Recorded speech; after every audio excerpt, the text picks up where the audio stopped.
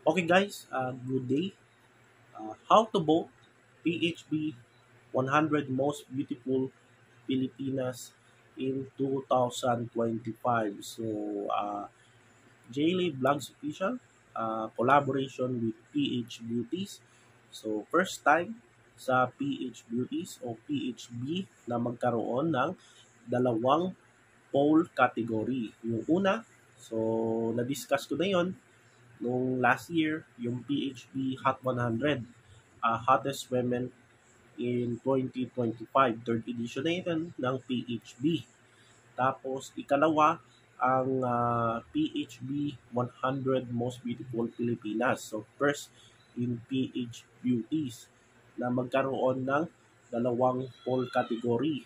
So, yung bago dyan, yung PHB Most Beautiful Filipinas. So, by the way, paki-subscribe lang aking YouTube channel, JLay Vlogs Official. So, maraming salamat at ah, ano ba itong PHB Most Beautiful Pilipinas? So, sino-sino yung mga nominees para sa PHB Most Beautiful Pilipinas? So, dahil Most Beautiful Pilipinas, yung mga nominees ay yung mga paborito yung celebrities, mga influencers, models, beauty queens at marami pang iba. So, basta pure Pilipina at pwede rin mga half Pilipina, basta ang importante dyan ay ang qualified dyan is mga Filipina beauties. So yan yung ano talaga ng PHB, yung pinopromote nila, yung mga Filipina beauties. So Pilipina or pure Filipina or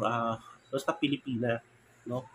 Ang nominee, mga nominado para sa PHB Most Beautiful Pilipinas. So, ang beautiful is based on personality. So, una yung personality. So, kung pipili kayo ng sino yung gusto nyong iboto, ito yung based sa personality, charisma, integrity, congruence, elegance, and outer beauty. So, paano bumoto sa PHB Top 100 Most Beautiful Filipinas? So, kunay natin sa Instagram. So, sa hindi pa nakapalo sa Instagram, so paki-follow lang yung Instagram page ng PHB. So, mag-apat na taon ng PHB sa Instagram. So, dyan talaga yung original page ng PHB bago na punta sa Facebook at sa Threads. So, ngayon PHB. So, hanapin nyo na yung PH Beauties or Pinay Beauties underscore PH. Pinay Beauties underscore PH. So, hanapin nyo lang guys. At saan kayo bumoto? So, bumoto lang kayo dito sa My Story. So, My Story dito. Sa My Story, so, halimbawa ito. So, dyan kayo bumoto sa My Story at in one day sa unang poll category ng PHB Most Beautiful Pilipinas, merong apat na nominado, no? Per day. So, may apat na nominado. So, halimbawa, sa first day, sa April 9. So, starting ng vote sa April 9. So, merong apat na nominado. So, halimbawa, sino yung mga nominado ngayon in the first day? So, halimbawa, sino pa? Andrea Brillantes versus Francine Diaz. So, yan. Tapos, si Bel Mariano versus Maris Racal. So, yan yung example pa lang yan guys, no? Halimbawa pa lang yan. So, yan.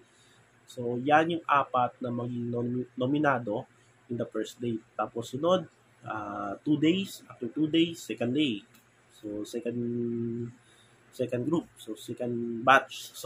Second batch. So, second batch, may apat na naman na nominado. So, halimbawa, nominado ngayon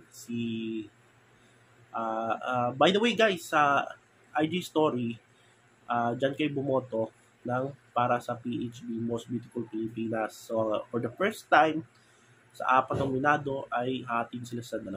So, head-to-head match yung labanan sa IG story poll. So, halimbawa, sa second day, naglalaban si, halimbawa, Marian Rivera versus Angel Locsin. Tapos, sunod naman, Lenny Robredo versus Sara Duterte. So, halimbawa lang yan guys. So, yan yung example ng mga iboboto nyo, paano bumoto dyan sa PHB Most Beautiful Pilipinas 2025. First edition pa lang yan ng PHB. So,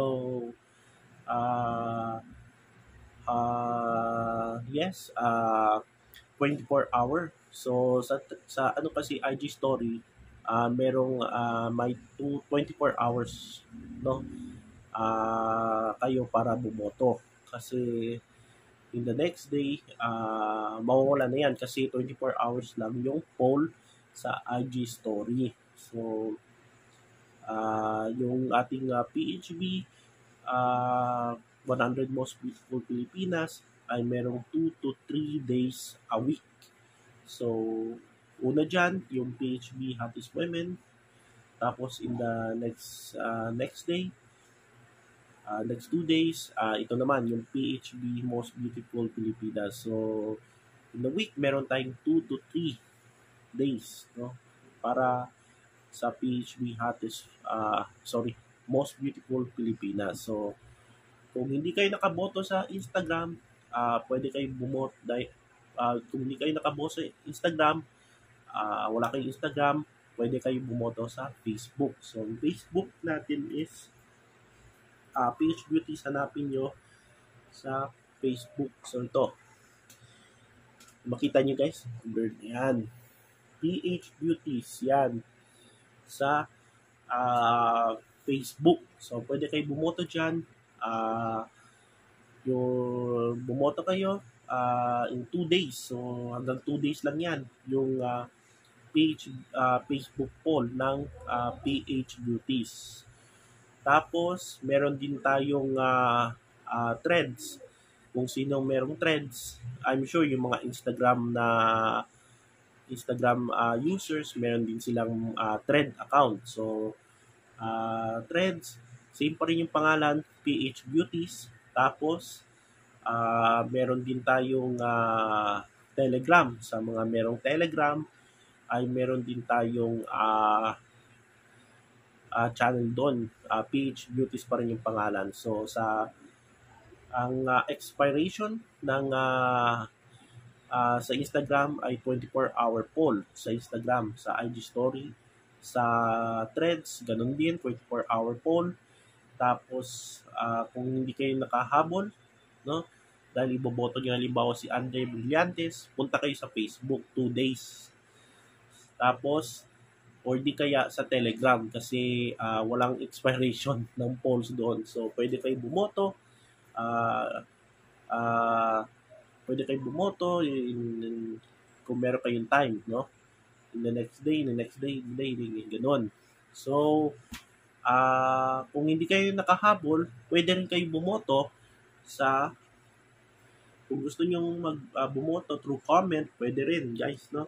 So, halimbawa,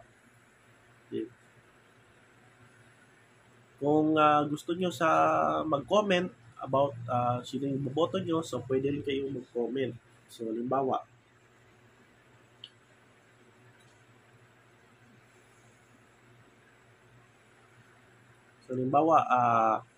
vote, sino ba ang vote natin?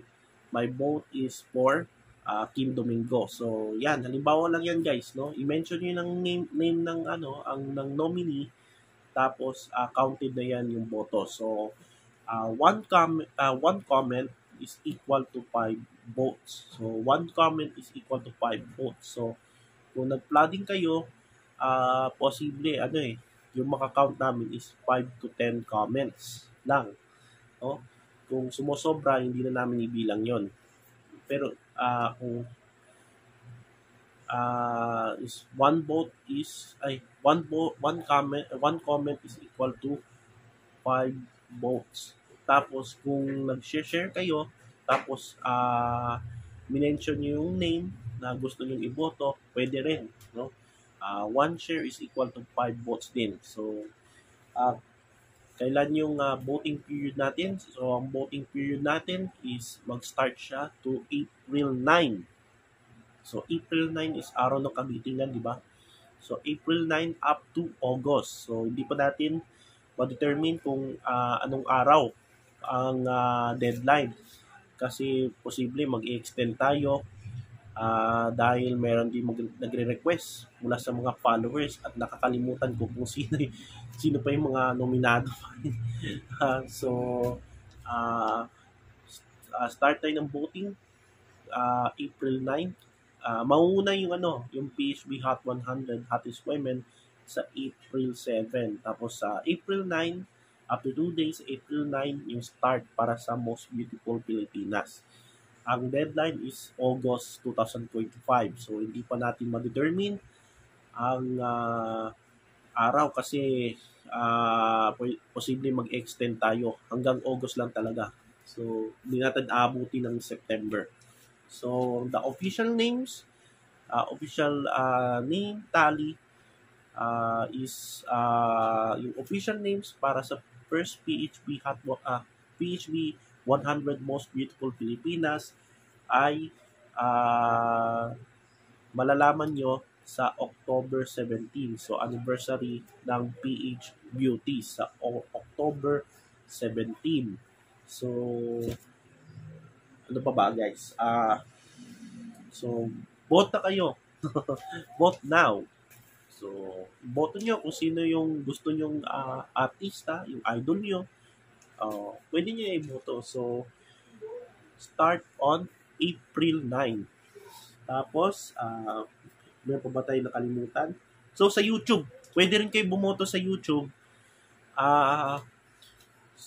Sa aking YouTube, dahil collab with PH Beauties, pwede kayo bumoto sa aking YouTube channel, yung JLay Vlogs Official. So, pwede kayo bumoto at through post. So, makikita nyo yung post.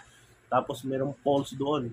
So, kung wala kayong Instagram, kung hindi nyo alam kung wala kayong Facebook, wala kayong Telegram, pwede kayong bumoto sa aking channel through polls dyan sa post sa section. So, yan. So, wala pa ba? Wala nang iba? So, yun lang yun guys. So, PHB. So, na-discuss na natin yung PHB Most Beautiful Pilipinas. Sunod naman yung PHB Hot 100 Hottest Women 2025, 3rd edition. So, yan lang po guys at maraming salamat at don't forget to subscribe JLay Vlogs Official at yung pages ng PH Beauty sa Instagram, FB, at Threads, pati na sa Telegram. So maraming salamat at kita-kits tayo sa next video.